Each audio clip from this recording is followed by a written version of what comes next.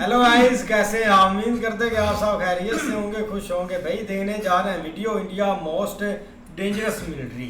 अगर आपको वीडियो पसंद आए तो लाइक और सब्सक्राइब चैनल को जरूर कर लीजिए। 16 दिसंबर 2023 को MV Ruben जो एक शिप है बहुत छोटे से देश माल्टा की, उसको अरेबियन सी में कई पायरेट्स हाईजैक कर लेते हैं। शिप में करीब 38,000 टन का कार्गो था जिसकी वैल्यू थी $1 मिलियन और उसके साथ 17 क्रू मेंबर्स भी थे। इस शिप को हाईजैक करने के बाद पायरेट्स शिप ओनर के साथ नेगोशिएशन स्टार्ट करते हैं। वो मांग करते हैं $60 मिलियन की क्रू और शिप को वापस करने की। नेगोशिएशंस इतनी लंबी चलती कि 3 महीने हो जाते हैं पर फिर भी कोई सोल्यूशन ही नहीं करता।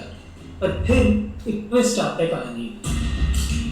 ये भाई 16 मार्च 2024 को इंडियन मिलिट्री एक ऑपरेशन स्टार्ट करती है क्रू को बचाने का। गल्फ ऑफ एडन में कार्गो वेसल्स की हाईजैकिंग होना बहुत समय से एक प्रॉब्लम थी। इस जगह 2008 से इंडियन नेवी उधर डिप्लॉय कर दी गई थी क्योंकि इंडिया का एक भारी ट्रेड इसी रूट से आता है। पर इस माल्टा की हाईजैक शिप को लोकेट करने के लिए इंडियन नेवी ने एक मैरीटाइम पेट्रोल एयरक्राफ्ट और वॉरशिप भी डिप्लॉय करी। इसके अलावा उन्होंने एलीट मार्कोस कमांडोज भी एयर ड्रॉप करे जो नेवी की एक स्पेशल फोर्स यूनिट है। इंडियन मिलिट्री का ये ऑपरेशन 40 घंटों तक चलता है। इसके बाद 35 पायरेट्स सरेंडर कर लेते हैं और जो 17 क्रू मेंबर्स थे उनको बचा लिया जाता है। इस मिशन के बाद इंडियन स्पेशल फोर्सेस को ग्लोबल मीडिया कवरेज मिलती है।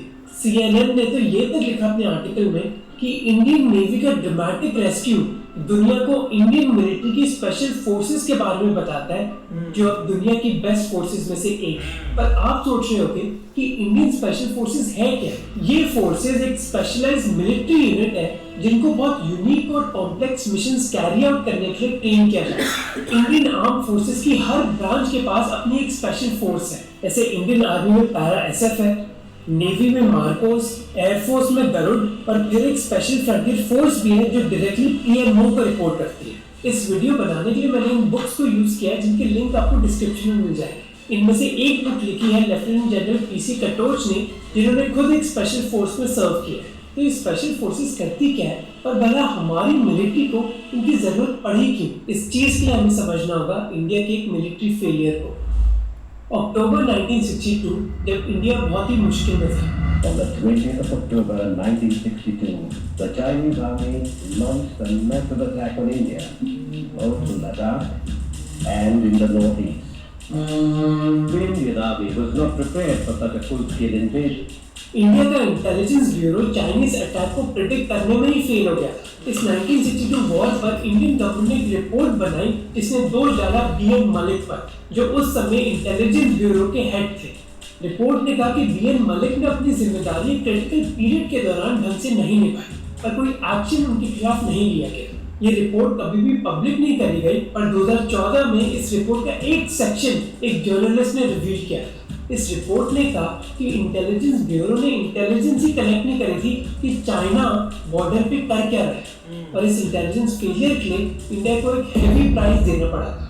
करीब 1300 जवान शहीद हुए थे, 1000 घायल हुए थे और 4000 कैप्चर हुए थे ऐसी जंग में जो करीब 1 महीने से थी। इस इंटेलिजेंस फेलियर के बाद प्रधानमंत्री नेहरू ने सोचा कि वो इस गलती को वापस दोहराना नहीं चाहते। इसलिए जंग के खत्म होने के 2 दिन पहले उन्होंने अमेरिकन प्रेसिडेंट को लेटर्स लिखे मदद मांगने के लिए।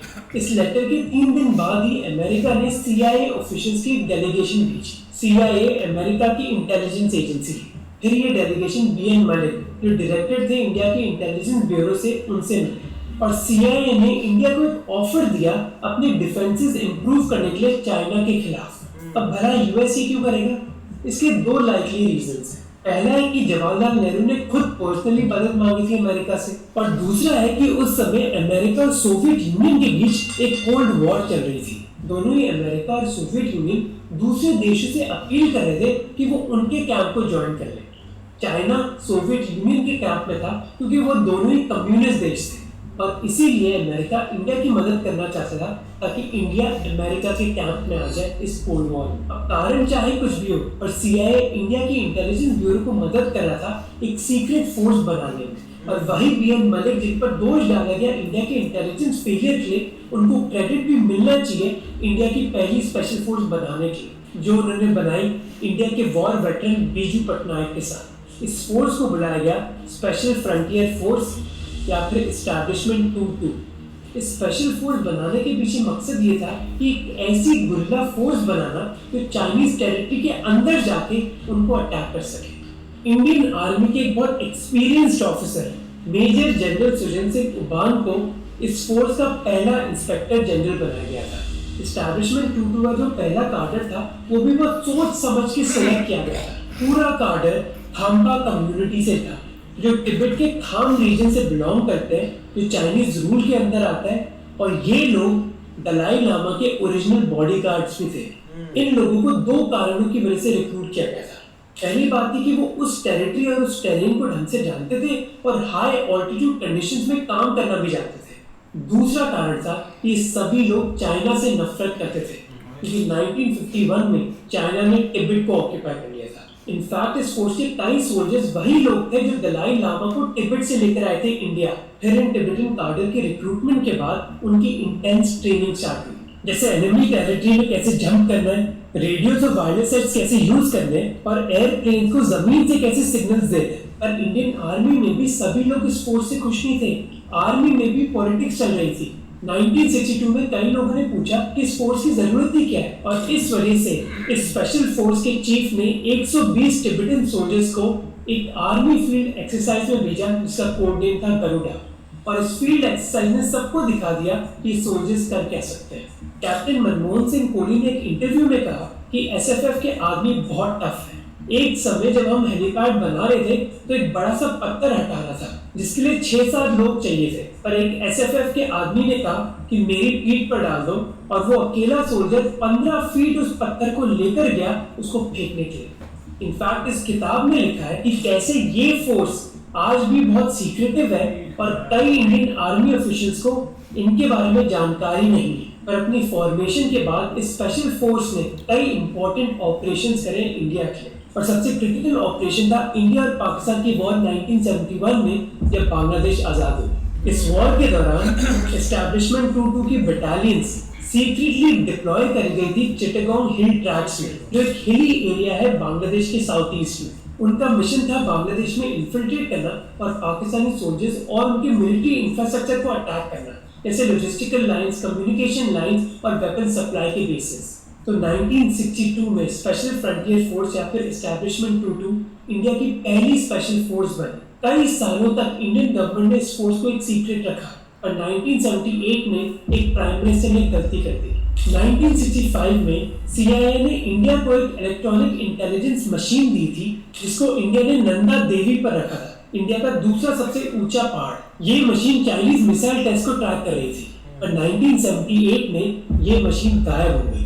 और डर बस इस मशीन के बारे में नहीं था, डर इसके बारे में भी था कि मशीन पावर हो रही थी एक प्लूटोनियम जनरेटर से। प्राइम मिनिस्टर मोरारजी देसाई ने पार्लियामेंट में बताया कि लोगों को न्यूक्लियर सेफ्टी की चिंता करने की जरूरत नहीं है, क्योंकि इस जनरेटर की देखभाल कर रही है स्पेशल फ्रंटियर फोर्स।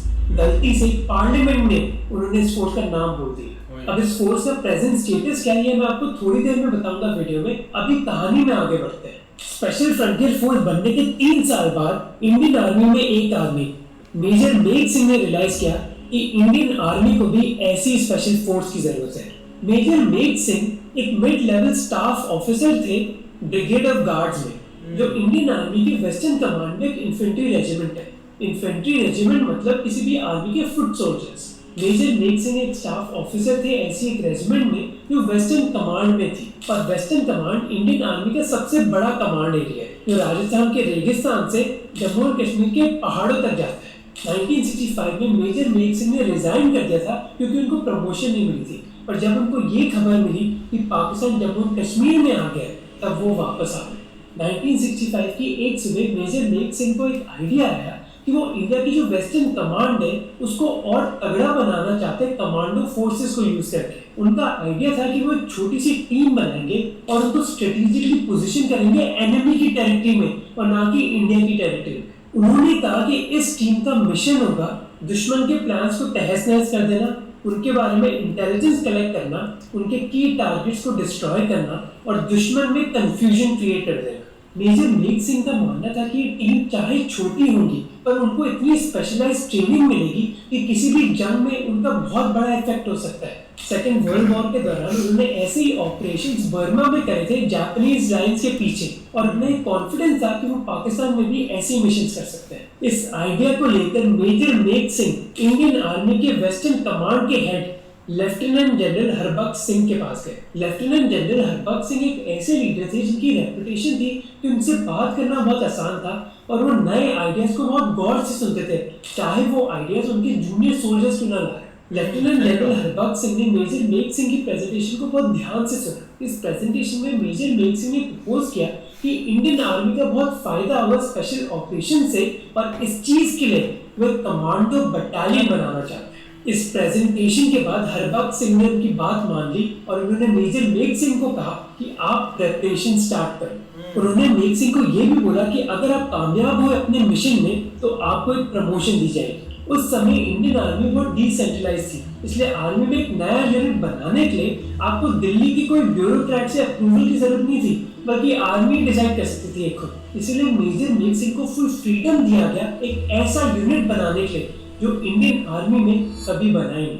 इस यूनिट में सभी लोगों को उन्होंने ही चूज किया, और क्योंकि ये फोर्स उनका ही आइडिया था उसको नाम दिया गया मेघदूत फोर्स।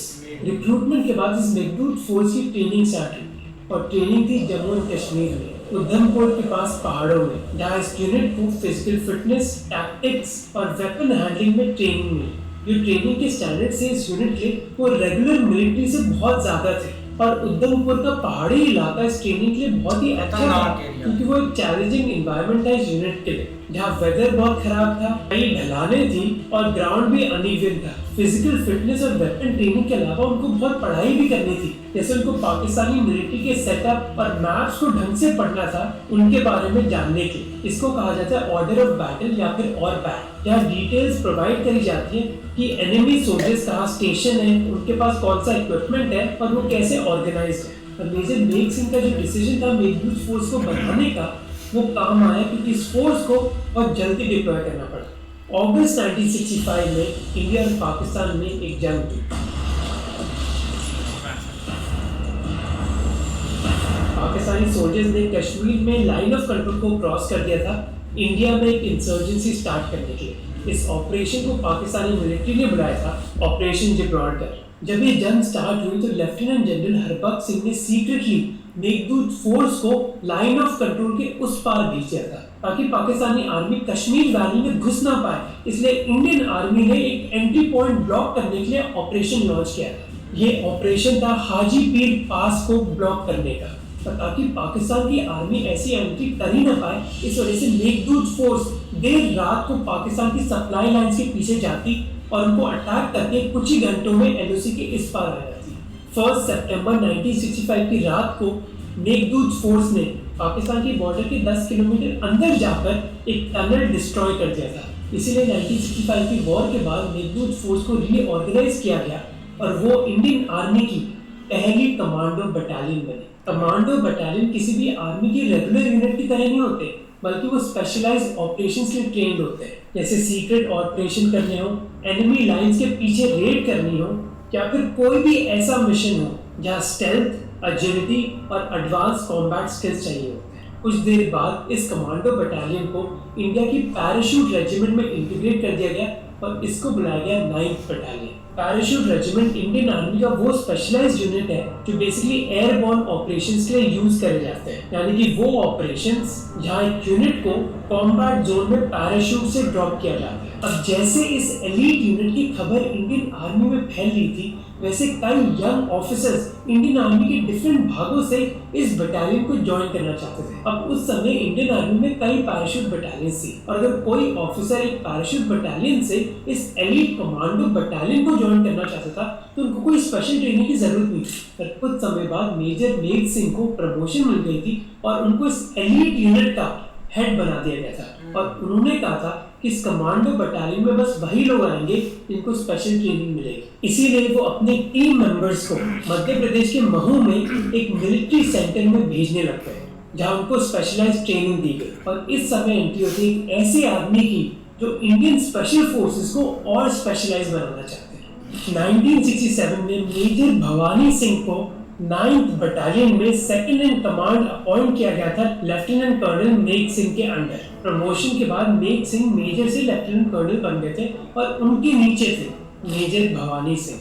मेजर भवानी सिंह राजस्थान के रॉयल परिवार से थे और वो एक स्पेशल यूनिट बनाना चाहते थे रेगिस्तान में ऑपरेशंस के लिए, जिस तरह 9th बटालियन बनी थी। जुलाई 1967 में उनका आइडिया एक्सेप्ट कर लिया गया था और 9th बटालियन को 2 भागों में डिवाइड कर दिया गया था। जो ओरिजिनल ग्रुप था जिसको 9th बटालियन या फिर 9 पैरा कमांडो बुलाया गया था, उस ग्रुप के लीडर थे लेफ्टिनेंट कर्नल मेघ सिंह और इस यूनिट को उधमपुर भेजा गया था जहां उनका फोकस है स्पेशल ऑपरेशंस करना और पहाड़ों में। जबकि जो दूसरा यूनिट था उसको 10th बटालियन या फिर 10 पैरा कमांडो बुलाया गया और इस यूनिट को राजस्थान भेजा गया ताकि वो कमांडो रेड्स रेगिस्तान के एनवायरनमेंट में सीख सके। और 4 साल बाद इन दोनों यूनिट्स का एक अच्छा टेस्ट हुआ था 1971 वॉर के दौरान। 9 पैरा कमांडो ने एक बहुत इंपॉर्टेंट रोल प्ले किया था नॉर्दर्न रीजन में, जहां उन्होंने पूंछ जैसी इंपॉर्टेंट पोजीशंस को डिफेंड किया था। जबकि 10th पैरा कमांडो ने कई रेड्स करी थी सिंध में पाकिस्तानी रेंजर्स के हेडक्वार्टर्स में। तो बहुत क्लियर हो गया था कि ये दोनों स्पेशल फोर्सेस हमारे देश के लिए बहुत ही जरूरी है और इन स्पेशल फोर्सेस के सामने एक बहुत बड़ी प्रॉब्लम आ रही थी जिसने हमें पहली बार दिखाया कि स्पेशल फोर्सेस को भी सपोर्ट की जरूरत है। ये प्रॉब्लम थी क्या?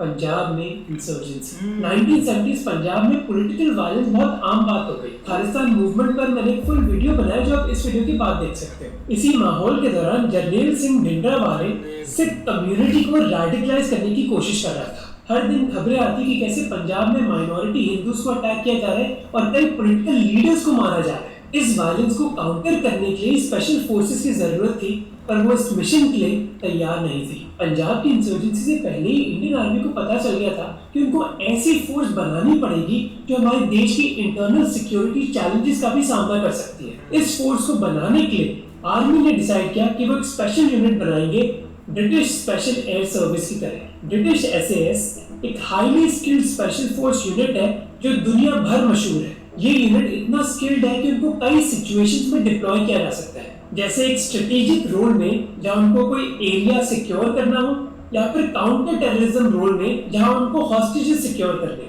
अब इंडियन आर्मी के पास पैरा कमांडो यूनिट्स तो थे ही, जैसे 9 पैरा कमांडो नॉर्दर्न कमांड में था और 10 पैरा कमांडो इंडियन आर्मी के वेस्टर्न कमांड में।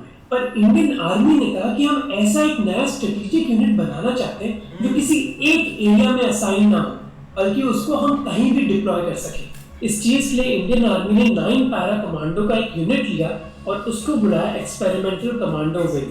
पर एक इंडियन आर्मी ऑफिसर ने अपनी आवाज उठाई। ये थे लेफ्टिनेंट जनरल इंदर सिंह गिल, जिन्होंने वर्ल्ड वॉर 2 के दौरान कई कमांडो ऑपरेशंस करे थे। उन्होंने कहा कि हमें 9 पैरा कमांडो के एक यूनिट को कन्वर्ट नहीं करना चाहिए क्योंकि अगर बाय चांस कोई जंग हो जाती है तो आर्मी के पास में कमांडो यूनिट्स ही नहीं बचेंगे। उल्टा उन्होंने कहा कि क्यों ना हम पैराशूट रेजिमेंट की पहली बटालियन, जिनको 1 पैरा कहा जाता है, उनको कन्वर्ट कर दें। और ऐसा ही हुआ। 1979 में कन्वर्जन स्टार्ट हुई और 1982 में ट्रायल्स रखे गए, जिसके बाद इस यूनिट को बुलाया गया पैरा कमांडोज। और ये पैरा कमांडोज एक एलीट यूनिट बन नहीं पाए।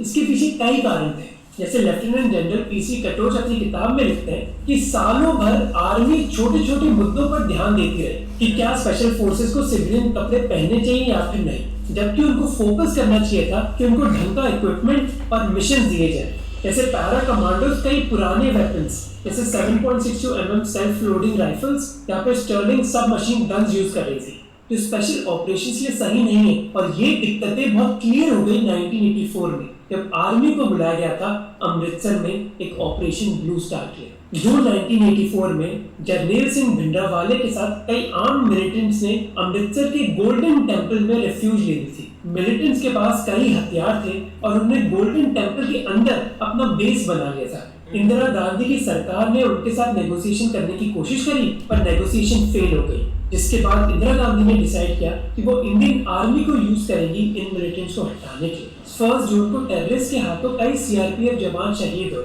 और अगले दिन 2 जून को इंडियन आर्मी को बोला गया कि वो गोल्डन टेम्पल में एंट्री करे और इधर डिप्लॉयमेंट हुई पैरा कमांडोज। पर प्रॉब्लम्स पहले से ही क्लियर हो गई थी। जैसे पैरा कमांडोज के पास कोई इंटेलिजेंस थी ही नहीं मिलिटेंट्स के बारे में। आप लेफ्टिनेंट जनरल पीसी कटोच का ये इंटरव्यू सुन लो जो खुद एक टीम लीड कर रहे थे गोल्डन टेम्पल के अंदर। We got the information only in the morning of 2nd of June, and same day, part of my unit along with my CO, we moved to Amritsar. Right. And we were given a briefing, but intelligence was practically zero. इसके अलावा वो outdated weapons भी use कर रहे थे। ऐसे operations में special forces blast करके एंट्री करती किसी भी स्ट्रक्चर में, पर इंडियन आर्मी को ये परमिशन नहीं दी गई थी।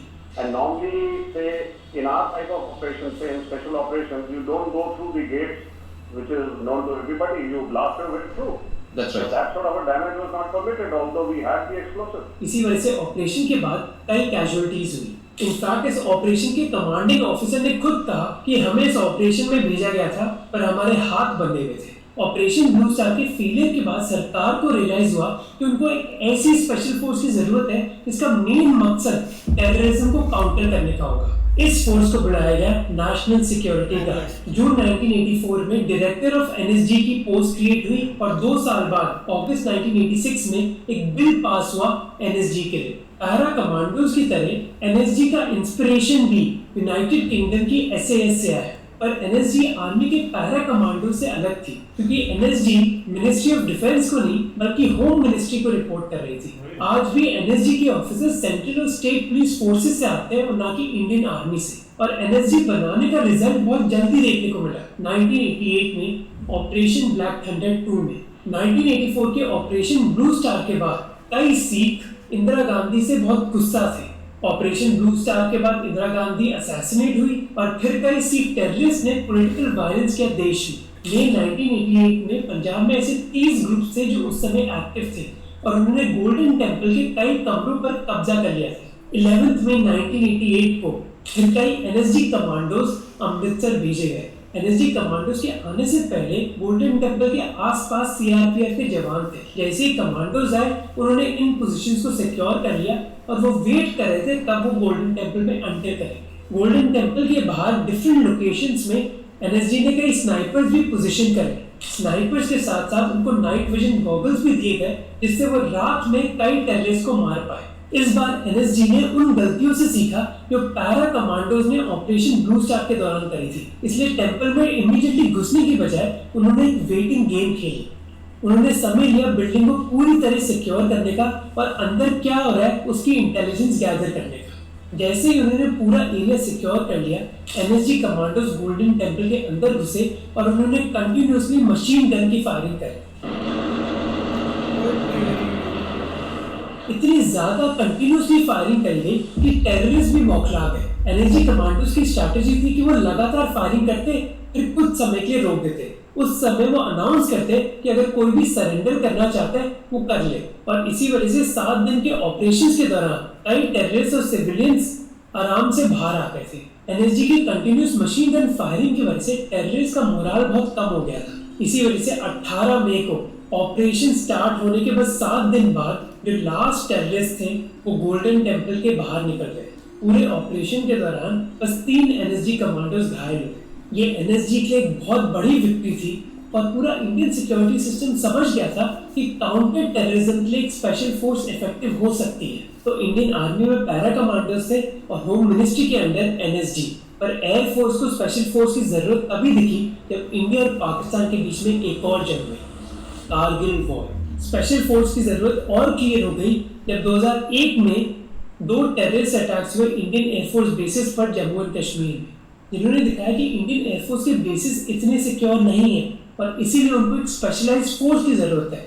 फिर 2002 में एक स्पेशल फोर्स बनाई गई, इसका ओरिजिनली नाम रखा टाइगर फोर्स, जिसको बाद में बदल के गरुड़ फोर्स कर दिया गया। सितंबर 2003 में इंडियन सरकार ने ऑथराइजेशन दे दी थी इस गरुड़ फोर्स की और कुछ महीने बाद 2004 में पहले बैच की ट्रेनिंग भी कंप्लीट कर दी गई। इन गरुड़ कमांडोज ने एनएसजी के साथ उन टेररिस्ट को मार गिराया जिन्होंने 2016 में इंडियन एयरफोर्स का पठानकोट एयरबेस अटैक किया था। 31 दिसंबर 2015 को ईकागर सिंह एक टैक्सी ड्राइवर अपनी गाड़ी चला रहे थे, पर रात को 9 बजे उनको कई टेररिस्ट ने रोक दिया। टेररिस्ट के पास AK-47 थी और वो उसकी गाड़ी हाईजैक करना चाहते थे। 35 साल के ईकागर ने बहुत लड़ाई करी और टेररिस्ट ने उनको मार गिराया। फिर इन आतंकवादियों ने एक और गाड़ी हाईजैक करी, जिसके बाद वो पठानकोट एयरबेस गए। उधर जाकर ये आतंकवादी एयरबेस की जंगली घास के पीछे छुप गए और फिर थोड़ी देर बाद उन्होंने इंडियन सोल्जर्स पर अटैक किया। 7 सोल्जर्स शहीद हुए, जैसे गरुड़ फोर्स के कॉर्पोरल गुरसेवक सिंह। इंडिया को एविडेंस मिल गया था कि ये अटैक जैश ए मोहम्मद ने करवाया। आप जो नोटिस देख रहे हो वो स्क्रीन पर, वो मिनिस्ट्री ऑफ एक्सटर्नल अफेयर्स ने इशू। ऐसे यार बहुत कमाल की वीडियो थी, लेकिन देखा जाए ना तो भाई स्टार्ट एक बुरा ही होता है। जैसे अब इंडिया में भाई वो भी एक टाइम था जब चाइना एक पीक पर था, मतलब कि कोई रास्ते चाइना ने तो भाई पीठ पीछे एक वार किया था, उसमें कोई डाउट नहीं है। लेकिन स्पेशल फोर्स भाई बहुत एक इम्पोर्टेंट होती है देश के लिए।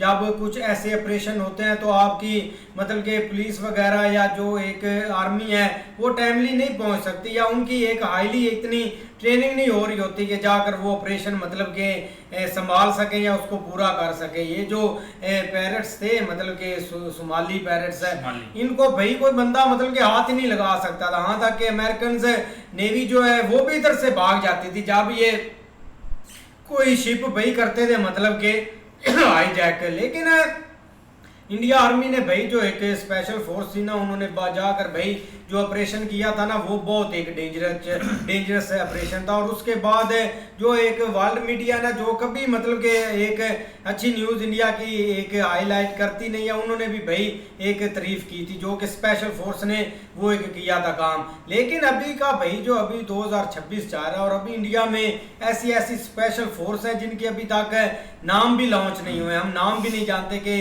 कौन सी फोर्स एक वर्क कर रही है और कहाँ पर मतलब कि वो काम कर रही है। तो ऐसे एक सीन चलता है, ऐसे ऐसे मतलब कि एक वाक़े हुए हैं जिसमें ज़रूरत पड़ती थी कि यार इधर कुछ और सीन होता। तो इसलिए भाई इंडिया ने जैसे सोचा ना कि हमें स्पेशल फोर्स की ज़रूरत है और ये बनाना भी एक बहुत इंपॉर्टेंट है, तो भाई उन्होंने एक हाईली एक मतलब कि बनाई थी स्पेशल फोर्स। यार मेन होता है ना, अगर आप बॉर्डर पे अपना कंट्री को स्केयर कर रहे हैं ना भाई, आपको अगली कंट्री में भी घुसना पड़ता है, क्योंकि जैसे वो उरी वाला मामला है वो जो हुआ था, देखो कैसे पठानकोट ये सारी चीजें उन्होंने वहां पे जाके वो टेररिस्ट को जो है ना खत्म किया था, उनके इधर कंट्री पाकिस्तान में आके कश्मीर में आके उन्होंने उनको मारा था और फिर वापस भी गए थे। यही चीजें होती हैं जो स्पेशल फोर्स होती है ना, उसको ट्रेनिंग इस चीज की दी जाती है कि आपने जो मिशन दिया गया है वो बखूबी से निभाना है। क्योंकि वो तो ज़ाहिर बात है भाई, उनको हाईली ट्रेनिंग दी जाती है कि उनको हर टेम्परेचर, हर माहौल में, हर जो कुछ भी है ना उसमें उनको ना सर्वाइव करना होता है। जैसे वो राजस्थान की बात कर रहे हैं, फिर कश्मीर की बात कर रहे हैं, कश्मीर की वेदर की बात देख लें और राजस्थान का वेदर देख लें, कितना डिफरेंस है। पर फिर भी इनको ट्रेनिंग ऐसी दी जाती है कि दोनों टेम्परेचर में वो बंदे जो फोर्स थी ना वो बिल्कुल ना सही तरीके से अपना जो है ना वर्क कर रही थी। बाकी उन्होंने उरी वाला भी अपना जो मामला था ना वो अच्छा निभाया था। बाकी ये जो टेंपल वाली बात कर रहे हैं ना, इसमें बहुत भाई पहली बार जो हुआ था ना, पहली बार बहुत जाने की थी, सिविलियन बहुत मरे थे। उसके बाद जो उन्होंने जिस तरीके से ये सारी चीज़ें सॉर्ट आउट की थी, इन चीज़ों को ख़त्म किया था भाई, सुन के मज़ा आता है कि भाई उन्होंने कोई कुछ भी होने नहीं दिया, ना किसी को गोली लगी ना कुछ, खुद ही कहा कि बाहर आ जाओ, वो आहिस्ता आहिस्ता सारे बाहर आते गए। गोल्डन टेम्पल भाई वीडियो बहुत अच्छी है। ये चीज़ देखें कि भाई ये स्पेशल जो फोर्स होती है ना, इसको बनाने के लिए बहुत मेहनत लगती है। और ये चीज़ देखें कि भाई आजकल तो तकरीबन हर मुल्क की कोशिश कर रहा है कि भाई उनके पास एक स्पेशल फोर्स हो। लेकिन एक वक्त था कि भाई उस वक्त किसी के पास भी ये स्पेशल फोर्स नहीं थी। जब भाई चाइना ने इंडिया पर वार किया था ना, तो उस वक्त इनके पास कुछ भी नहीं था। लेकिन आस्ता आस्ता भाई उन्होंने एक कोशिश की और ये एक अपना जो है ना स्पेशल फोर्स बनाई। यहाँ तक देखें कि वो जो गोल्डन टेम्पल है उधर भी जब वो अपना ही पंजाब के सिखों ने भी उस पर कब्जा कर लिया था, तो उस वक्त भी उनको कोई समझ नहीं आ रही थी कि अब हम क्या करें। लेकिन वहाँ पर भी स्पेशल फोर्स ने आकर ये सारा सिस्टम क्लियर करवाया था। और पहले तो सिविलियन की भाई बहुत ज़्यादा जानें ज़ाया हुई थी, लेकिन बाद में भी आखिरकार उन्होंने, लेकिन इंदिरा गांधी ने तो भाई उनके साथ बात भी की थी कि किसी तरीके ये छोड़ दें, लेकिन उन्होंने बोला था कि हम तो कभी भी नहीं ये छोड़ेंगे जगह। लेकिन जब भाई स्पेशल फोर्स आई है तो उन्होंने तो भाई एक झटका दिया और उन्होंने ऐसे ही बोला है कि भाई जिस चीज़ को अपनी जान प्यारी है वो सिलेंडर कर दे और जिसको नहीं प्यारी वो अपना इधर ही अंदर ही रहे। लेकिन भाई वो अपनी जैसे उन्होंने ऐलान किया है सारे अपना चुप करके बाहर आ गए। इस तरह भाई वीडियो कमाल की है कि ये देखे कि जो एक अपना पुलिस इनका अफसर था ना, जिसने भाई रिज़ाइन भी किया था कि उसकी भाई तरक्की नहीं हो रही, वही भाई जब ये बाहर की बात आई तो उसने भाई ज्वाइन किया और एक अपनी जो अलहदा फोर्स बनाई और जिसकी ट्रेनिंग भाई इतने दूसरा जम्मू कश्मीर में जाकर की, जहाँ भाई इतनी माइनस डिग्री पर अपना भाई ठंड ज़्यादा होती है, टेम्परेचर कम होता है क्या, या उधर भाई उनकी भाई ट्रेनिंग भी की और भाई वो मिशन भी उनका भी कामयाब हुआ था। बहुत हार्ड भाई ट्रेनिंग हुई थी इनकी। वही सी नहीं बिल्कुल ऐसी है, लेकिन भाई जो स्टार्ट भाई ने किया था ना ऑपरेशन, जो मतलब इधर उन्होंने समुद्र में किया था 2024 में, वो भाई एक बहुत कमाल का था। आप देख लो कि कितने दिन जो है ना वो निगोशिएशन चले थे 4 मंथ भाई। हाँ, और उसके बाद भाई उन्होंने एक ऑपरेशन लॉन्च किया था और लोगों को उन्होंने भाई सेफली वहाँ से बचाया भी था। और बहुत ज़्यादा एक वर्ल्ड मीडिया के ऊपर इस चीज़ की चर्चा भी हुई थी और हर तरफ जो है ना वो इंडियन जो मतलब नेवी है ना उसका एक भाई उन्होंने बताया था कि उन्होंने बहुत एक प्रोफेशनल तरीके से इस चीज़ को किया। लेकिन देखो ना यार, टाइम टू टाइम उन्होंने जब भी फील किया ना कि हमें एक फोर्स की ज़रूरत है तो उन्होंने भी स्पेशल फोर्स बनाई। और सही बात है, कुछ जो है ना उन्होंने हिडन रखी हुई भी हैं, लेकिन यही सेम टू सेम भाई ईरान है ना, उनके पास भी इसी तरह के काफ़ी एक डिफरेंट यूनिट है जो एक इलाका वाइज हैं और वही आज देख लो कि उनकी वजह से वो भाई काफ़ी हद तक कामयाब हैं। तो ये चीज़ें काफ़ी बेनिफिशियल होती हैं। लेकिन भाई बहुत एक कमाल की उन्होंने स्टोरी दिखाई है और अच्छी थी वीडियो। ऐसा ही है भाई, मिलते हैं नेक्स्ट वीडियो में, तब तक के लिए अपना ख्याल रखिए। Goodbye, take care.